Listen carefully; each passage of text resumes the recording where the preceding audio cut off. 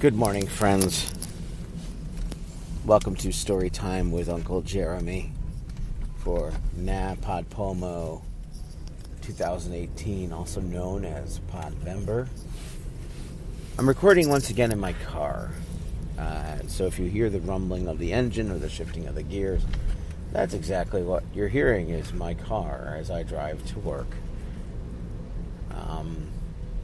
This isn't exactly the ideal situation for recording a podcast, and it's probably not even ideal to listen to a podcast, so I apologize if you're annoyed by the sound. I assure you I am putting all my effort into solving that problem soon and recording in a much quieter environment going forward, at least after this weekend.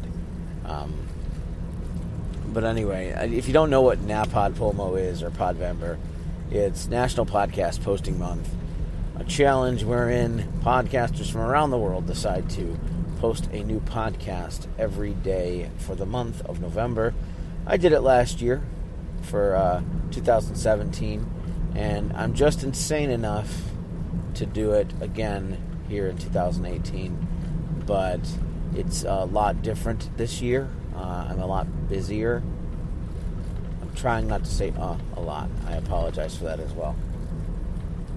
It was fun when I did it last year, and I really wanted to do it again this year.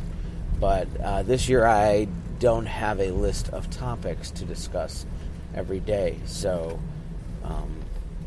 there it is again. I should just have a counter every time I say or see, there you go. This podcast was started last year with Podvember, and hopefully I will continue it this year with Podvember and beyond, but we will see. Anyway, what's going on in the world of Jeremy? It's a 21 Pilots morning, I guess. I woke up with the song Cut My Lip in my head. I recently took my sons to see 21 Pilots in Philadelphia, which is a pretty good drive from where I live. It's about 5.5 hours. I drove overnight to get there, and then I drove overnight to get back so I could work. And I can't say that I'm a fan of the music, to be honest with you. I'm pretty open to most musical styles. And I don't want to say that they're bad, because, it's not terrible. It's not something I can not listen to.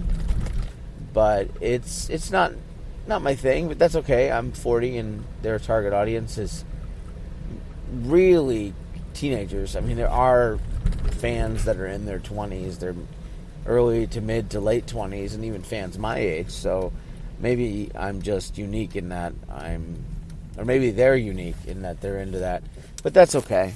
We all have our own choices that we can make, our own musical tastes.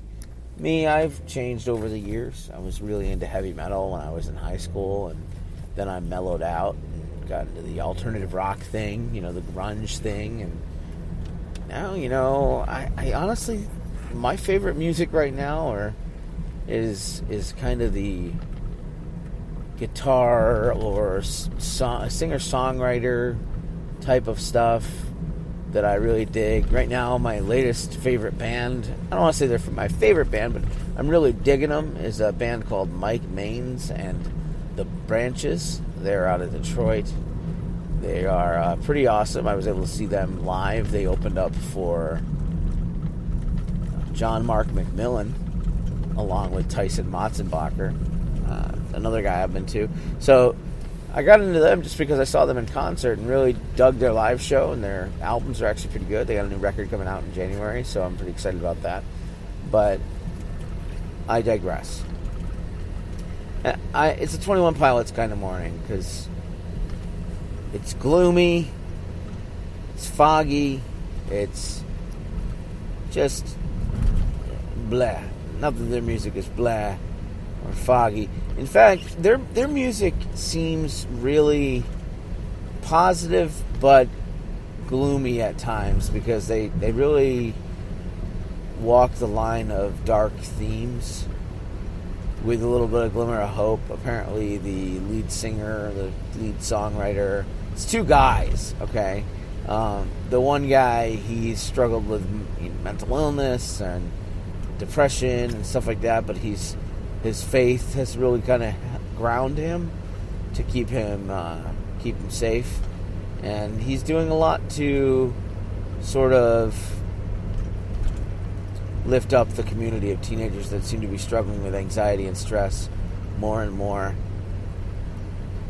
I have a very difficult time sort of conceptualizing the fact that kids seem to be more stressed out now than they were than when I was at their age. I think back to when I was 16, 17 years old. I had my problems, don't get me wrong. I had I even had some depressive states and things like that.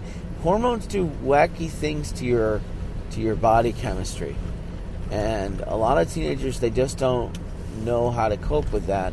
Not to say there isn't some people with chemical imbalances that lead to depression. That's a very real thing. In fact, I struggled with depression in my 30s. When I turned 30, I was going through a pretty heavy depression, and I went through another one in my mid 30s that was pretty bad. And suicide ideation was a very real thing. But what kept me tethered was having people around me that needed me, and that came through the family, through my wife, through my children, and things like that.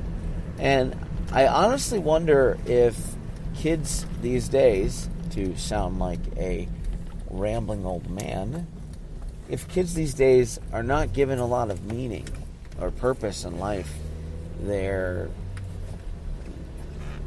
misreading the idea of going out and earning a living as something as it's a capitalist-driven, sort of greedy, money-hungry thing. I think because we told people that profiting was a bad thing. Profit is not a bad thing. Earning a fair wage is not unfair at all. I think they've been told for so long that there's nothing beyond the life they live, and so why not shorten it? That's one of those things that sort of bothers me. And it's not even like it bothers me to the point where I'm mad at them. I'm actually sad and concerned for them. And we can only do so much to help people who have no hope. But my philosophy, and you'll hear it at the end of every episode, is that we need to treat everybody as if they're having a worse day than we are.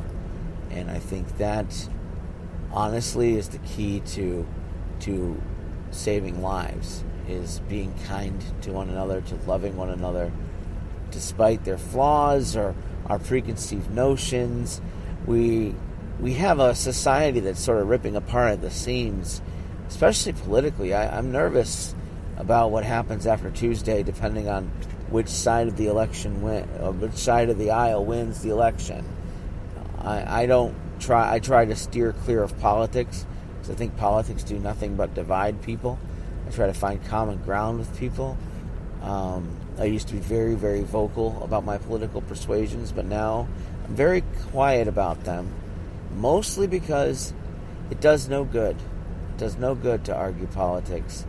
But then if you look at the fact that politics are ripping our society apart, and then you see all these kids that are struggling with anxiety and stress and depression, they're being told by both sides that the world is going to end if they don't win. And they're buying into that. The world is going to end regardless of who wins. And I think we need to find a little bit of hope someday. And that someday needs to be soon, because we just need more hope. I know I'm sort of preaching to nobody, shouting at the wind, but that's just how I feel. Anyway, I'm going to get going here. I'm almost to work. You've kept me company. Hard at work with my first stand-up comedy special that I'm producing this Sunday. So I'm a little tired. I'm going to let you go. Maybe tomorrow I'll be a little more upbeat. Maybe a little more uplifting. Maybe it'll even be funny. I don't know. I don't have anything planned out. That's what's happened with this podcast this year.